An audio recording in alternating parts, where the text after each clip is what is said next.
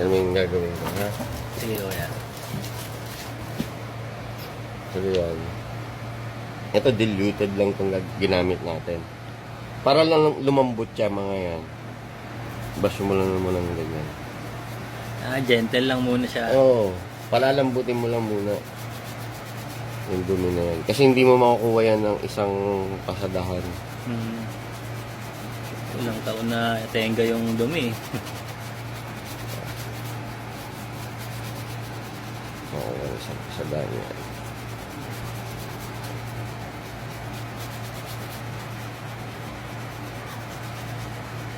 Habang ginaganyan-ganyan mo lang yan, lumalambot yung dumi. Ito, katulad nito, stain na yan dyan eh. So, ang pinaka the best na ano mo dyan, mag-e-effort ka ng Kuskus talaga. kuskus, oo, para matanggal mo siya.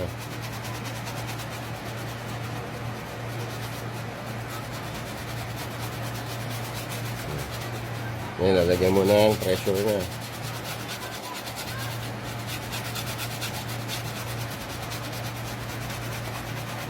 May difference ka na makikita dyan. Nawawala na ka. Diba? Pangalawa pa lang yan ha. Oo.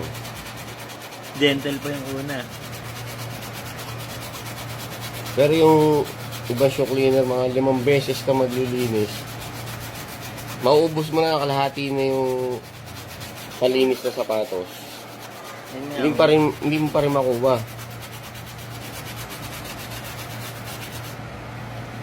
Okay? Diba? Bilis, 3 punas pa lang. Oo. 3 kuskus pa lang. Lagyan mo ngayon ng ano pa to. Pressure yan. Kasi yun yung sobrang kapit na kapit yung dumi dyan. Eh.